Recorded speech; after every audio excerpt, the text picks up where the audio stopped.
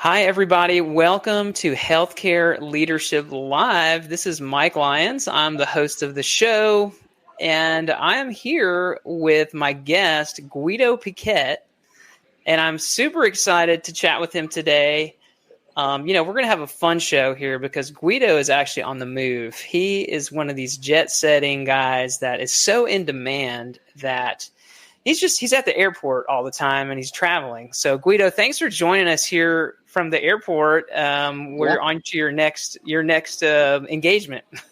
Oh, absolutely. I appreciate you having me on. And, sorry I had to cancel on you the first time. And so this trip came up after I committed to you. So I was like, you know what? I'm just going to make it work. Yeah, absolutely. So, thanks for being our live reporter there at the Houston airport. If any breaking news should take place there at the airport, we want to know what's going on.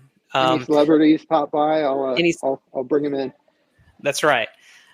I wanted to have you on because, you're a leader in the ophthalmology world. And, I love talking ophthalmology. You've got a really interesting background. And, if at any time during the airport engagement here, you can't hear me, I'm happy to repeat. I can hear you. Okay, good. So anyway, let's maybe start kind of from the beginning here. So for those of you that don't know Guido, he's the Chief Operating Officer for Mann Eye Institute, which is a multi-specialty eye care practice in Texas. And just looking at your website, it doesn't look like there's anything in eye care that you don't do, but maybe you can illuminate that for me. Yeah. Maybe give us a very high level of your practice, and then how did you get to this point in your career? Sure. So funny enough, today is actually my 19th anniversary today, September 25th. I started back in 2006. And when I started with the practice at that time, we were, I believe, like 5 or 6 locations and maybe 10, 15 providers. And LASIK surgeries were just bombarding us and running into the door and begging us to do LASIK on them. And it was definitely a different time back then. And since, I've been with the practice now, I said 19 years. We've grown it to close to 50 providers, and we're 16 locations. And we've also, during that time, when I started, we had 1 ASC. Now we have 3 ASCs in the Houston market, and then we have an OBS in the Austin market, which has been an awesome adventure, and continue to grow and look for opportunities to add to the practice. Kind of what you said in terms of, what do you not do? As we've seen in this LASIK market that is not as hefty as we'd like, that being diversified really helps. And so we a few years ago added, actually it's been probably 5 years, added our first retina provider, brought on another one, and we have another one starting in January. So we're trying to grow that because that's definitely a need, and for our patients and just for the market. Even though there's a lot of retina docs, it's hard to get patient access as quickly as we'd like. So we're trying to help diversify. We brought in oculoplastics, and we just recently started to work on creating a fellowship program with Dr. Bita Ismaili. She's an oculoplastic oncologist at MD Anderson, and where she's a world-renowned physician. And so we're really hoping with her expertise and just name recognition that we can start a fellowship program, bring in more providers, and just attract more people to the market. Obviously, we're I think like everyone else in ophthalmology, we're doing really well with cataract surgery and cataract growth, which has been a blessing, and especially these last couple of years when elective surgeries have taken a very large percentage dip. We continue to grow and innovate when it comes to how we see patients, customer experience, patient engagement platforms, everything like that. We're always trying to be the first, the best, and the greatest. Sometimes that's a blessing, sometimes it's a curse. And, I think what we usually try to do is we try to we try to keep up with Mike Mann, who founded the practice. It's usually what I tell people is whenever, I'm with him and he's talking about this brand new idea we're going to do. I say, we just try to keep up with him and make sure that whatever he tells us we're going to do, we make it work. And so it's been cool. And also for my journey specifically, I did, when I came into the practice, I came in a different capacity. I was an IT guy. So I came in as an IT guy. So that tells you that there's opportunity in ophthalmology if you really can kind of dive in and show your desire to learn and be innovative and do new things. So that for the first 5 years of the practice, I was the IT guy. And then they was like, hey, take your hand at doing managing a clinic. I was like, yeah, that's awesome. And it did really well, grew really fast. And then they helped me continue to grow. And now I'm, managing the entire operation for the practice, which I feel blessed to do. And it's been a really fun ride.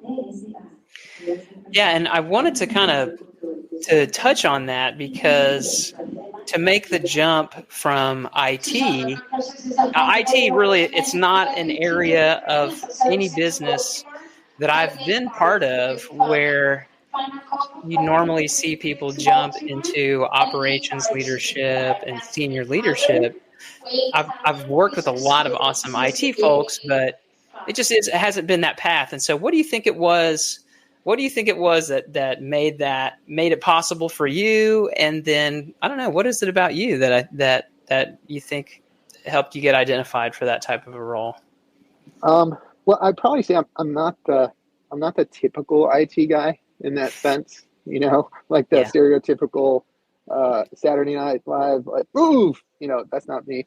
So I think from a personality standpoint, I've always been a little bit different and a little bit more just not afraid to speak up and have transparent conversations. So that I think that really helped just because a lot of what makes us successful and that goes for ophthalmology in any industry.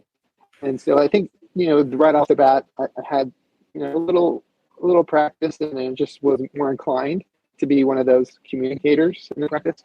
And then I think what also helped me is because I came from a technical background, I had another skill set that helped me be successful when it came to implementing other operational ideas in projects, because whenever people would try to explain what it is that they're trying to sell us or whatever, they couldn't pull the wool over my eyes because I could talk the talk of what makes those things work. So I think because I quickly came to the table with that perspective of what makes things work, and then was doing okay when it came to communicating those ideas, I was able to quickly kind of grow and in my roles from leadership perspective. And when I took on my first clinic, it was 100% my ability to connect and communicate that helped me survive, because when they asked me to jump in, I was like, sure, but you're going to have to help me out. And let's just say I didn't get as much guidance as we had hoped. So I really had to trial by fire. And I even told the staff during the first meeting, I was like, hey, look, I know a few things. I don't know a ton of things about what it takes to manage this practice. I'm going to be honest with you. However, what I am going to bring is the ability to help you grow and be there to support you. And so being honest and transparent up front, I think really gave me the opportunity to make a connection with them. Because then at that point, then instead of saying, this is a guy who doesn't know how to come lead us, they were like, okay, well, this is a guy who has a skill who's going to actually help lift us in a different way. And then throughout that journey, they were very open of putting me into the fire and helping me learn the business of ophthalmology from the inside out.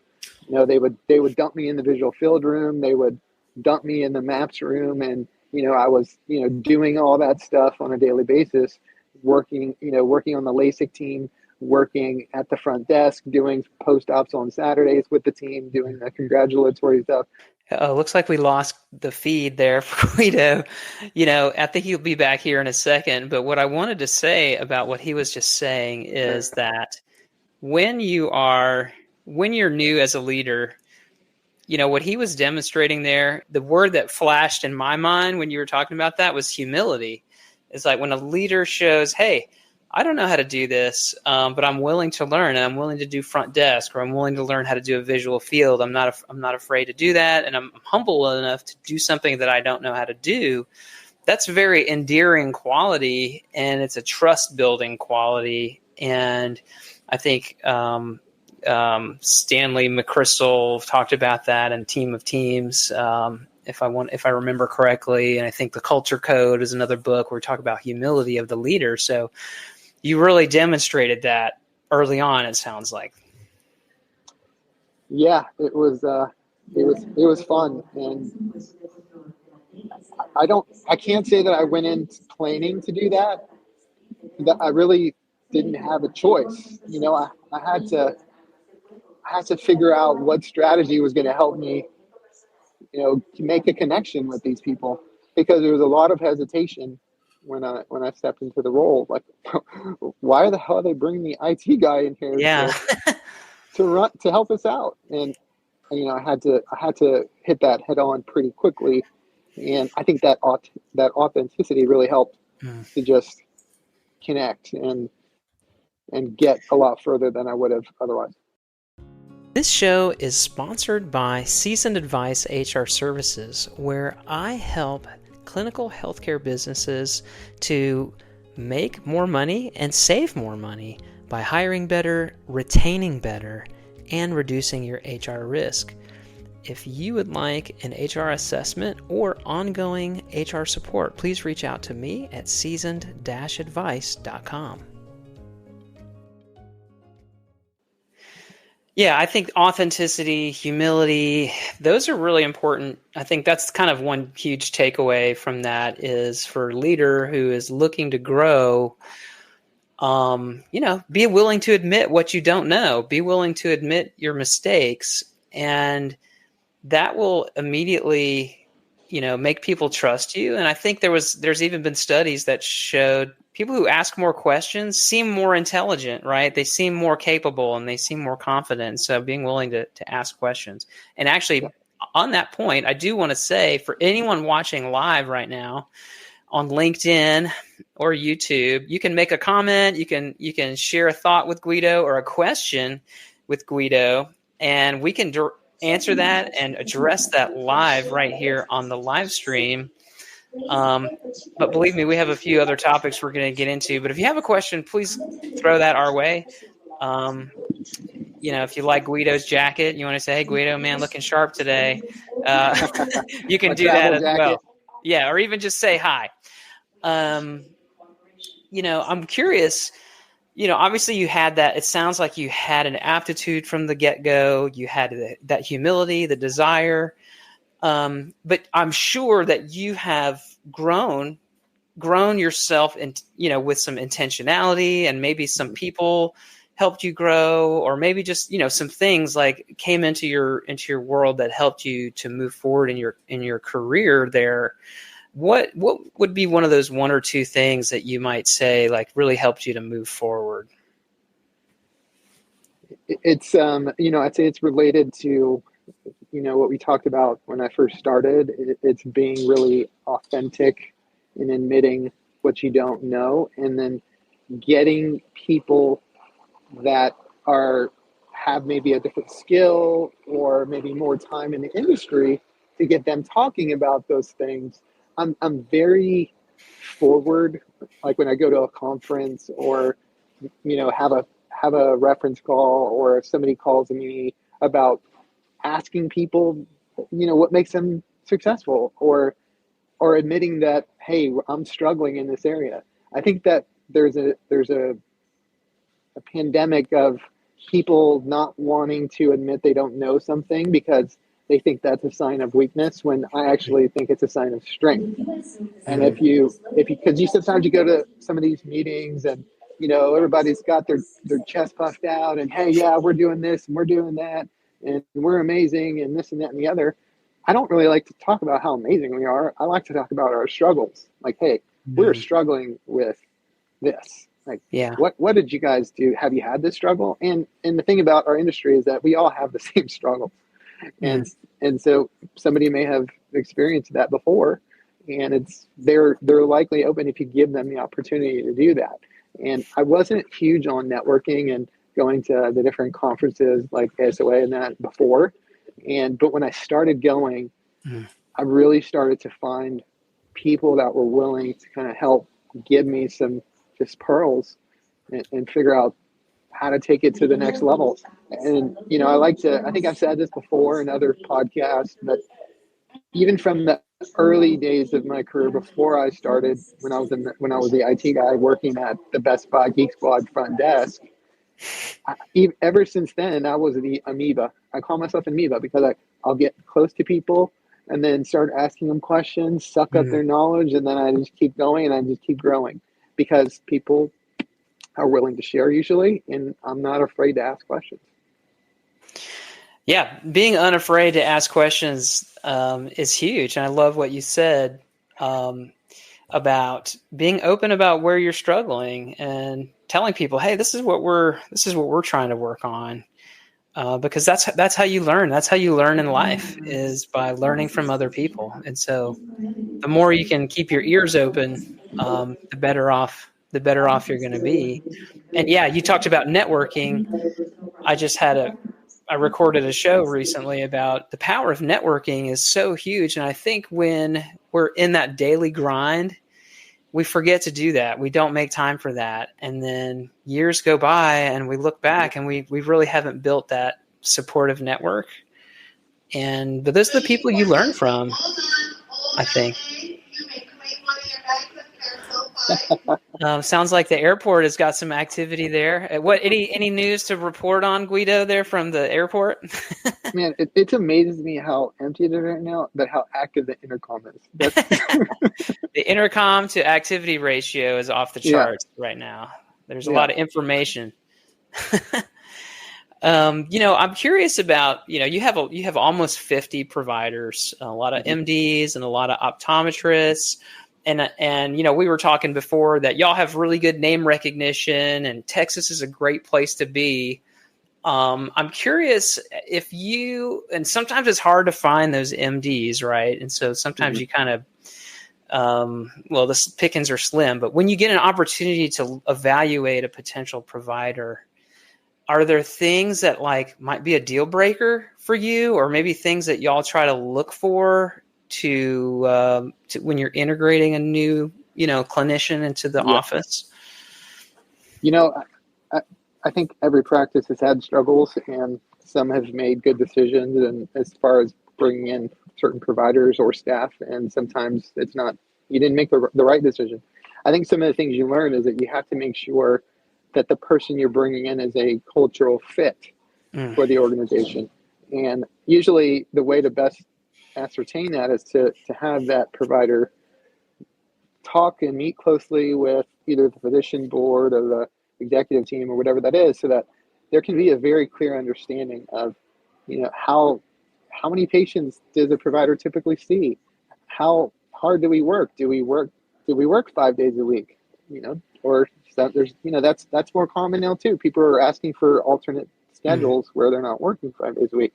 So I think that one of the most important things is to make sure that it's everything is kind of talked about up front, and there is some sort of agreement on those very key things. What are the things that you expect us to provide you? What kind of culture is it? What do you expect to provide to the organization? And make sure that it's a good fit, because we there's this, some of the providers tell me that as an MD, you never keep your first job. Like you end up, all the MDs will go somewhere and then figure out who they are and what they want, and then go find a practice that aligns and matches with those skills. So we keep that in mind when it comes to recruiting and making sure that it's a fit. Just because it's very costly to recruit and time consuming, and if you jump into it too quickly, and it can come back and bite you. And I'm not going to say that we've done it perfectly every time, and we learn. I think from the practice side, I think what some of the hard lessons we've learned over the years is making sure that we have a really solid onboarding program for providers, because there's so many things and so many boxes to tick. If you don't have some kind of system to do that, and you're like, oh yeah, I know kind of essentially I need to do this. We need to start credentialing. We need to do this. We need to figure out their equipment needs. We need to figure out their schedule. As you start talking and thinking about it, that list becomes really long. And part of that list is actually integrating them into the practice right away, having welcome lunches and having having them at the doctor meeting and a dinner and announcing them and trying to get them integrated and feeling part of the practice as soon as possible. Because a lot of times people make an impression of what that practice life and culture is going to be very quickly. And so we need to jump quickly to make sure that we're presenting our best foot, because there has been a case where we didn't necessarily put our best foot forward right away, and then some of the feedback was, well, it feels a little chaotic, right? And we learn from that and try to make it to where it's really turnkey when providers come in. Everything is done. Like we even go as far as creating a schedule of not just their patient schedule, but okay, here's what your first month is going to look like. On this day, you're going to have EMR training from this time to this time. At this time, you're going to go get your headshot done. At this time, you're going to go have a lunch with the other providers. At this time, you're going to go meet some of our external ODs who refer to us. So I think being very intentional and showing that when you're talking to the providers really kind of helps, because they're like, wow, these people have their stuff together. And then that transition is going to be not as painful as it could be. Yeah. That's amazing. And I'm sure that all of that probably puts you in the top 1% probably of practices by following that type of structure. I'm curious about, because I know when I've been a part of a large practice before, it was important for me to connect with new providers and talk about HR, talk about the importance of people and how we hire, and our method of finding folks so that we can provide the best staff for those providers, and wanted them to have an understanding of all of that stuff, and also kind of impart to those doctors, hey, you're part of the leadership here. Like, the way you communicate and carry yourself is going to have a big factor on the employee experience, which is going to it's going to directly influence your outcomes. What's your take on, the clinician, the provider, and the role that they have within the clinic as part of leadership? I think they have a larger role sometimes than the management and the leadership team, because they set the tone for that clinic. They set the tone of culture. And so one thing I didn't mention as far as the onboarding plan is all our new providers, when they come in, we have a rolling orientation where our human resources team will onboard employees, and it's a full day and sometimes a couple of days where we bring them in. We try to we set them up for success from the beginning, and we talk about our culture. We talk about all the things that they should expect when they get to their home clinic. We have providers join those as well. So we'll have providers alongside front desk, alongside technicians that attend those orientations. And I think what it helps to do is give that provider the ability to kind of see from the beginning, like, this practice is setting the tone for not just me as the provider, but for the front desk and every role in this clinic, and I'm part of it. And I think that the staff really appreciate it when the providers are in on the orientation with them. A lot of times they're surprised to meet each other, like, hi, how are you? They're introducing each other. Hi, I'm such and such. Or sometimes a lot of times they don't introduce themselves as a doctor. They'll say, hi, I'm John. and then they find out they're one of the providers, and they're like, oh wow, you're one of the doctors. And so I think that integration from the beginning really helps to set the tone for the provider and the staff that this is not a joke. Like, when we talk about integrating people into the culture of what Mann Eye means, it's not about that poster board on the wall. It's about what the things that we say and the things that we do. That is what creates that culture. And so we try to set that tone early on. And I think it does a really good job of giving the provider and the staff a good picture of that. Yeah, that onboarding, as you described, is such a great moment for everybody coming into the business, and having the providers join that is amazing. I've just seen staff really connect with each other during those kinds of experiences, and that's pretty unique that y'all are doing that. I actually haven't heard that. So that's amazing. That's amazing, and they really are so important to the leadership team. As you said, they often are more important because the staff are talking to them every day, and they're learning from the providers. There's a lot of times the doctors, the ODs, they'll teach the staff, they'll help them grow. So I've seen that be really important. I'm curious about your company. Your clinic has so many locations, and that has to be a huge challenge to manage. What is maybe one or two things that you think are key to helping you as the chief operating officer keep your hands into all that and ensure quality and good communication across so many different locations? Sounds like they're communicating there at the airport. Maybe you should incorporate an intercom system, at your offices. Yeah. I think people would probably run for the hills. So a couple of things. I'll give you and actually I'm glad that I was able to kind of give you something you hadn't heard before. And whenever you and I had talked back on the podcast I was doing, you gave me an idea, which we're working on, and we're going to do it here in the next couple of weeks. So the problem with, like you said, you get so big, how do you ensure quality? How do you ensure that the way that you expect patients to be handled and treated and protocols to be done continues consistently? I'm not going to say that it's perfect all the time, because it's not. But the first thing I'd say I try to do is I try as much as possible to replicate myself in my team. So what I'm doing is, so we have a group of regional clinic managers, and each of those regional clinic managers are responsible for 2 to 3 to 4 locations each, and then we work together as a team.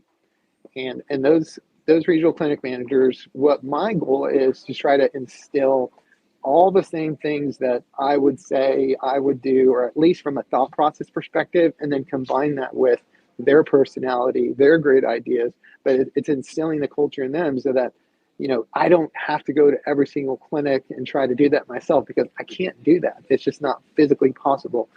I do set a time. I've recently set aside Thursdays for a travel day for me. So I've been using that as a time to get around, to get some face time with the clinic, because it was really hard, or it's been really hard to connect, especially when I go up to people and they don't know who I am. I don't know who they are. When you get that big, it's just really hard to do that. So that's really helped. But I think just growing that team has really helped. And we are such a close management team. And what I do is try to give them what the culture through example. So the humility, the authenticity. There was an example last week where one of them in our group chat, one of them asked the question, like, do you have one of these? Does anyone have this piece of equipment? And I'd never heard of it. And I'm like, what the hell is that? And then they all started laughing, like, that of course Guido would admit he doesn't know what that is. And so by giving that example of that, it just really helps to get a team that's just willing to do whatever it is it takes for the organization. So that's so then they hang on a second. Somebody literally just came behind me and like turned on this loud music. So now it's you know what? I didn't hear it, but that's part of the fun of on location. So that's one thing. And the other thing was the idea that you had given me, which was communication. And so communicating with the practice. Hang on a second, Mike. This is driving me bonkers. I'm going to walk. Okay. Guido's on the move, everybody. When you're live, you've got to go where the action is at. Yeah, right. Okay, hold on a second. Look at that. We're moving. We're dancing here at the airport. Y'all are live, ladies, on a podcast too. You're Y'all live. can dance. Keep dancing. Keep dancing. Keep on, dude. They're going. Yeah, you're live. This is a podcast, so y'all are doing a good job. No, not Facebook. Thank you, ladies. Fun and excitement always follows Guido wherever he goes. If you know him, he's the guy that, he just attracts energy, as you can tell. Mike, I'm sure this is the first for you on your show. It's a total first, but I might have to continue this. Okay, so let me finish my second point because I think it was an important one. So that when you and I did the podcast last, we were talking about how to get the word out. So we have a newsletter. We call it the Mann Eye Minute podcast, the Mann Eye Minute newsletter. So what we're doing is we're creating a podcast edition of the newsletter because the way that people ingest information, it can be tough, right? Yeah. Because you send out information, you email information out, and people don't read it. And so as you get bigger, if people don't feel like they're informed, they feel disconnected. And then they start filling in the blanks with their own story, right? It's just, unfortunately, especially I'll use an example. So if we're investing in a new piece of equipment, some employees might think, well, why would they do that whenever, elective surgeries are down? But it's a strategic decision because we know that by positioning ourselves with this piece of equipment, it's going to help us to really continue to lead the way and attract more business. So it's a strategic move. But in order to get that word out, putting it in a newsletter, that's just not going to work, right? So we're actually going to record the Mann Eye Minute podcast edition, which is I'm going to interview the CEO and one of our owner positions, and they're going to just give us some updates on some things that the people want to know. And we're getting some of the topics because we have an employee action committee with different employees from different parts of the organization come together. I think it's quarterly, and they're the voice of the employee. And then hey, we want to know this. We'd like to know this. Are there going to be bonuses this year? Are there going to be, what's our financial situation? And so we just are trying to be transparent about where we are because obviously, as I've talked about throughout this entire live stream, authenticity and just being real is important to us, and that's our culture because we see it as a form of respect. So I'm gonna, in October 1st, in a couple of weeks, I'm gonna interview the CEO in a podcast, and then we're gonna try to make it like a 10-minute. Yeah. We'll see how it goes, and then we might edit it and chop it up to make it a little bit more ingestible, and then we're gonna publish that, and then do a quarterly podcast to kind of look at the past quarter to see what was our performance and just talk about some of the things that were done well, not too well, and then look forward at the next quarter. What are some of our goals and that kind of thing. So I'll let you know how it goes. Yeah. Well, I would love to hear that because that's not something that a lot of people are doing, but we talk about, and I talk about in my leadership training, that so much of our communication is nonverbal. Right. And so when you send an email out, all you're getting are the words you're not getting the voice tone. You're not getting the expression. And to be able to hear from, the doctors, from the COO, and even from the staff, and hear the authenticity, the expressiveness in your voice about, hey, this is why we're doing this. And this is where we're headed. And this is why I'm excited. Right. And what a powerful way to connect with your team. And so I have every confidence that is going to be amazing. And so I look forward to hearing about that. Yeah. And maybe we can co-present on that topic at a conference and about how successful that was. I think that's a great idea because it's just, we live in the age of TikTok and Instagram and hard to keep attention. It just is what it is. It's just information comes flying at us. And if we can make something of this, I think that'd be really fun to do. Well, I have one more topic to bring up. And that is, looking at y'all's website, you've been a top workplace for many years. And, I'm an HR guy. I'm a huge fan of staff engagement, creating culture. I can tell culture is a big thing for you too. What do you think is it about Mann Eye that has enabled you to get those accolades so consistently? Is it the Guido Piquet magic alone? Well, what it is, I mean, so most of the leadership team has been with the practice for many years.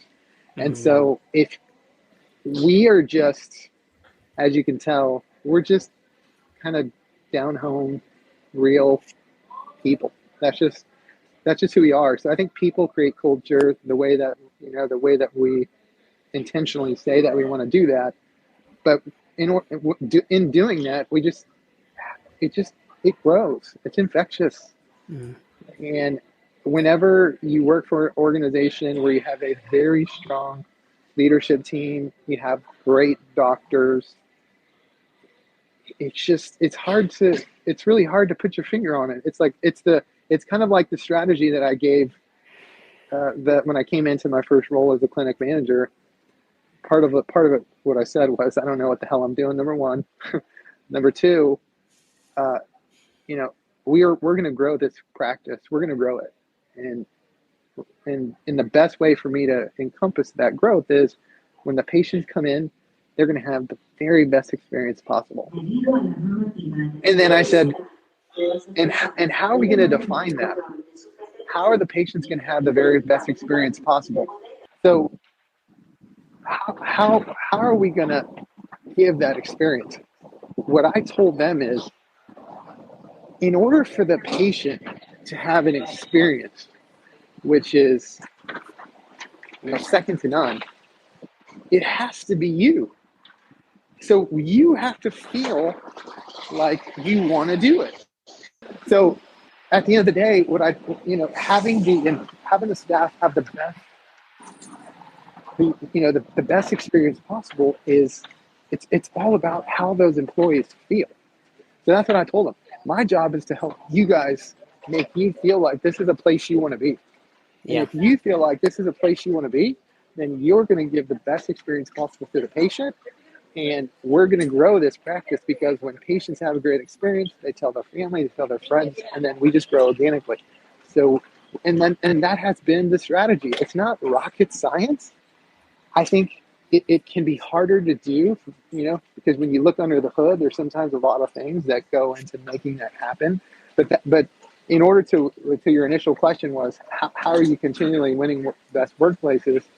It's really that let's take care of as much as we can, and we're not going to be perfect, and we're going to admit that we're not going to be perfect of our people. Let's get feedback from them. Let's continually grow and be better, so that when they feel good, they'll give a great experience, and then we'll grow the clinic. Well, obviously that is paying off. I love what you said about the managers. We've heard, anyone that has studied leadership knows that employees leave because of managers many times. The manager makes a huge difference. And so talking about that retention, that management retention that you have is huge. Retaining managers, selecting the right managers. It sounds like y'all have crushed that. And you also talked about setting a vision, having a vision for what this office is going to be about. It sounds like you've created a very clear and robust vision, and people get behind that. And so that's amazing. I think that's a great place to wrap up our chat here, Guido. Are you tired of having cutouts and intercoms? No. Actually, I'm out of topics. I can't. I've got nothing left here. I want to end on a high note, also, and you had so many great nuggets here, and not the least of which was the mid-podcast dance party, but the leadership nuggets. Talking about the podcast, communication is so key. Like, I think a lot of people really could learn from this information. And I want to just plug your show here, because it's a great show, not just the one that I was on, but the other ones are also pretty good too. But what is the name of your show, Guido, if other people want to learn from you and the guests that you have on? So I also jumped into the podcast space a few years ago. It's called the Ophthalmology Experience, and I called it that because what we do feels like a different experience every day. So it just felt like natural to call it an experience. And it was really born out of kind of what we talked about earlier in terms of connecting with people and learning. So I did it selfishly. So all the guests that come on, I want to learn something from them. Yeah. And I want other people to learn something from them as well, and to help kind of further that networking and the connection in our industry. So it's the ophthalmology experience. We're in season 2 right now. We're releasing episodes. I'll probably have another one coming out tomorrow. And Mike was on the one of the last shows of the previous season, so that's where I got the idea to do the podcast internally. But it's been really fun, and if I would definitely suggest, if anybody wants to be a guest, please find me on LinkedIn and shoot me a message. And even if you don't feel like you have a ton to share, I would love to kind of brainstorm ideas of maybe getting a panel of people together and asking questions and just sharing information and ideas, and just try to help each other out. Well, I highly endorse reaching out to Guido and getting to know him, or being on his show, or learning how he weaves his magical web there at Mann Eye. But Guido, thank you so much. I truly enjoyed it, and I do this show for the same reasons that you do. It's to learn and to share knowledge with others, and I think we have 100%, 110% achieved that goal here today. So thanks for making time. I know you're busy, and it was wonderful. Yeah, but so thank you so much, and thank you to everyone that's watching or that is listening to this on audio. I truly appreciate you. Please follow the show. It makes a big difference for me and for the guests, and we're excited to keep bringing you this information here on Healthcare Leadership Live. So go out there and lead with confidence.